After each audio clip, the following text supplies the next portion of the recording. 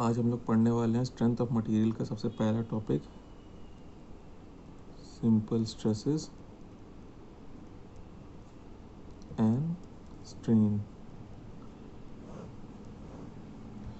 सबसे पहले हम लोग ये जान ले स्ट्रेंथ ऑफ मटेरियल होता क्या है, जिसे हम सोम के नाम से कहते हैं। वो ये कहता है, जैसे मान लिया मैंने एक बॉडी ले ली है, उस पर कोई एक्सटर्नल लोड काम कर रहा है P। इस लोड के चक्कर में ये बॉडी अपना शेप डिफॉर्म कर सकती है। जैसे मान लिया कुछ टाइम बाद इस बॉडी का शेप आफ्टर P लोड ये हो गया, मगर ये बॉडी के जो मॉलिक्यूल्स हैं बीच में, ये फोर्स को रेजिस्ट करने की कोशिश करेगी, डिफॉर्मेशन से रोकेगी।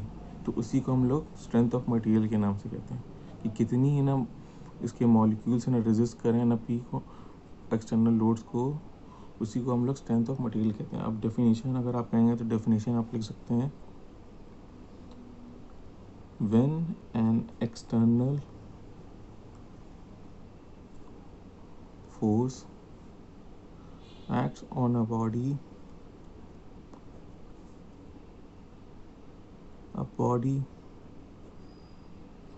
tends to undergo some deformation, and due to the cohesion between the molecules, the body resists deformation। और यही the resistance by which material of the body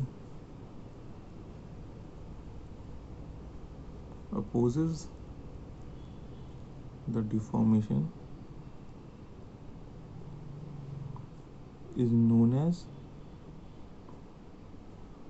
strength of material. ठीक है, स्ट्रेंथ ऑफ मटेरियल आप जान गए कि कोई भी है ना बॉडी पे है ना कोई एक्सटर्नल लोड काम करेगा तो उसे रेजिस्ट करने के लिए जो कोशिश करेगा उसी को हम लोग कहते हैं स्ट्रेंथ ऑफ मटेरियल। तो सबसे पहले अब हम ये जाने कि इसमें दो टर्म्स इस्तेमाल होते हैं, स्ट्रेस एंड स्ट्रेन। तो सबसे पहले हम लोग जाने स्ट्रेस होता क्या है। स्ट्रेस क्या होता है कि हाँ, पहले इसकी आपको डेफिनेशन बता देता हूँ। The force of resistance per unit area offered by a body against deformation is known as stress। अब यही स्ट्रेंथ ऑफ मटेरियल की वजह से कि जैसा ही ना स्ट्रेस भी होता है, उसमें भी यही कहता है कि कोई भी बॉडी पे अगर है ना स्ट्रेस है ना प्रोवाइड है ना, अगर हम लोग स्ट्रेस मतलब या फोर्स को है ना प्रोवाइड करेंगे तो उसके पर यूनिट एरिया में जितना डिफॉर्मेशन हो उसी को हम लोग स्ट्रेस कहते हैं।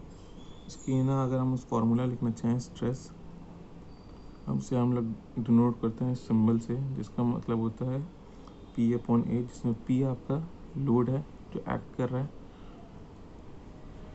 और A है आपका क्रॉस सेक्शन। अगर इसी की आप यूनिट देखना चाहें तो यूनिट क्या होती है, यूनिट ऑफ स्ट्रेस अगर हम करें वो होती है P। आप जानते हैं क्या होगा, P आपका होता है न्यूटन में लिखते हैं, एरिया आपका मीटर में हो सकता है या सेंटीमीटर स्क्वायर में हो सकता है या मिलीमीटर में हो सकता है। आपको बस ये याद रखना है कि 1 newton per metre square is equal to 1 pascal.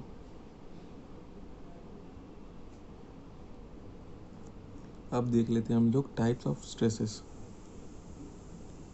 Types of stresses 3 type के होते हैं, 3 टाइप्स। पहला आपका टेंसाइल, दूसरा आपका कंप्रेसिव और तीसरा आपका होता है शियर स्ट्रेस। सबसे पहले हम लोग जान लें टेंसाइल स्ट्रेस क्या होता है। टेंसाइल स्ट्रेस, जैसे मैं ना एक शेप है ना मान लेता हूँ कोई बीम का, ये आपका शेप है, ठीक है। उस पर आपने कोई एक्सटर्नल है लोडिंग है ना काम कर रहे हैं। टेंसाइल का मतलब होता है आपको, मतलब कोई पुल बेसिकली। तो मान लिया ये ना पी लोड से ना मतलब ना पुल किया जा रहा है, तो हो सकता है कि ना कुछ टाइम बाद ना ये शेप बदलने की कोशिश करे, वो बाद में हम लोग देखेंगे। सबसे पहले हम लोग देख लेते हैं टेंसाइल स्ट्रेस क्या होता है। हमने एक क्रॉस सेक्शन ना काटा यहाँ से 20 से x का, ओके। अब उसको ना काटा तो अब हमने ना देखा कि ना ये शेप पी लोड है ना काम कर रहा है उस पर ना, कि ये रेजिस्टिंग फोर्स होगा, एक रेजिस्टिंग फोर्स मान लिया वो आर हम कह रहे हैं। अब वैसे ही इस साइड भी होगा रेजिस्टिंग फोर्स, यहाँ पे लोड है तो ना रेजिस्टिंग फोर्स कहाँ पे होगा, आप इसका इस साइड आर मान के, ठीक है। इसे अगर हम कंबाइन करके देखें फिर स्ट्रक्चर को, तो हमें नज़र आएगा कि ना रेजिस्टिंग फोर्स है ना कैसे काम कर रहा है, इस साइड और इस साइड। तो आप देख रहे हैं ये जो एक्स है ना सेक्शन हमने काटा था, एक्स सेक्शन, अब वो क्या हो रहा है, खिंचाव है ना उसमें आ रहा है। उसी को हम लोग कहते हैं टेंसाइल स्ट्रेसेस। इसका अगर आप चाहें तो फॉर्मूला भी लिख सकते हैं, tensile stress is equal to, ये भी इसी सिंपल से होता है, स्ट्रेस के फॉर्मूले से ना ये भी लिखते हैं, इसे कहते हैं रेजिस्टिंग फोर्स, जिसे हमने आर कहा है, अपॉन क्रॉस सेक्शन एरिया। और सिंपल टर्म में पी अपॉन ए भी इसे कह सकते हैं। ये रेजिस्टिंग फोर्स क्या है हमारा, जो ना पी हमने ना लोड है ना मतलब एक्ट करा है, जिसे पुल करा है हमने।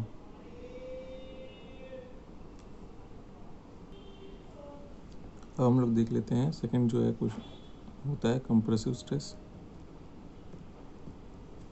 ये क्या होता है, जैसे आप जान रहे हैं टेंसाइल स्ट्रेस में ना पुल होता है, तो कंप्रेसिव स्ट्रेस में क्या होगा, पुश होगा। मान लिया मैंने एक शेप मान लिया, बीमी मान लिया ये, उसमें पुश लग रहा है, दो एक्सटर्नल लोड सेम। अब मान लिया मैंने एक क्रॉस सेक्शन मतलब एक्स सेक्शन है, एक सेक्शन काट दिया मैंने बीच में से, इसको मैं यहाँ से देखूँ, ये पी लोड एक्ट कर रहा था, तो आपका रेजिस्टिंग फोर्स कहाँ पे होगा, इस साइड रेजिस्टिंग फोर्स आ रही है, हम इसे भी मानेंगे। और राइट साइड का सेक्शन देखेंगे, पी लोड यहाँ पे काम कर रहा है, तो रेजिस्टिंग फोर्स किस साइड है, इस साइड है आर।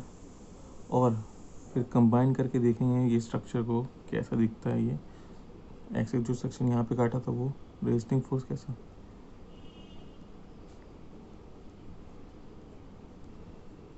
तो आप देख रहे हैं ये जो सेक्शन जो हमने काटा था उसमें अब रेजिस्टिंग फोर्स क्या है, इनवर्ड है, मतलब पुश हो रहा है। तो इसी को हम लोग कहते हैं कंप्रेसिव स्ट्रेस।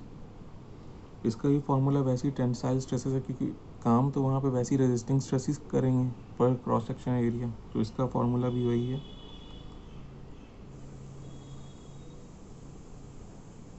स्ट्रेस अगर हम लिखना चाहें उसे भी हम लोग ना सिग्मा ही से लिख सकते हैं, इसका भी यही फॉर्मूला था, रेजिस्टिंग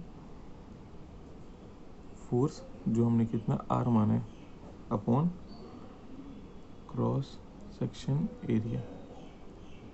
इसे भी हम पी बाई ए कह सकते हैं, रेजिस्टिंग फोर्स कितना हमारा पी के बराबर है इसीलिए। और थर्ड जो लास्ट होता है स्ट्रेस, उसे हम लोग कहते हैं शीयर स्ट्रेस। अब इस चीज़ में ये कहता है कि ना कोई भी फोर्स जो एक्ट कर रहा होता है वो टेंजेंशियली ना बॉडी पे एक्ट करेगा, तो उसे हम लोग कहते हैं शीयर स्ट्रेस है। जैसा मान लिया ये एक बीम है, इसके साथ ये कंबाइंड है, मान लिया यहाँ से एक पुल लोड एक्ट कर रहा है, ये जो बीम है ये दोनों बंधे हुए हैं नट एंड बोल्ट से, ओके। तो ये देख रहे हो आप, ये ना फोर्स है ना मतलब ना कैसे एक्ट कर रहा है, टेंजेंशियली है ना एक्ट कर रहा है एक दूसरे से। एक है ना लाइन पैरेलल है लेकिन ना टेंजेंशियली है ना एक्ट कर रहा है, तो इसी को हम लोग कहते हैं शीयर स्ट्रेस। जैसे मान लिया अभी मैं एक और एग्जांपल आपको दे दूं, जैसे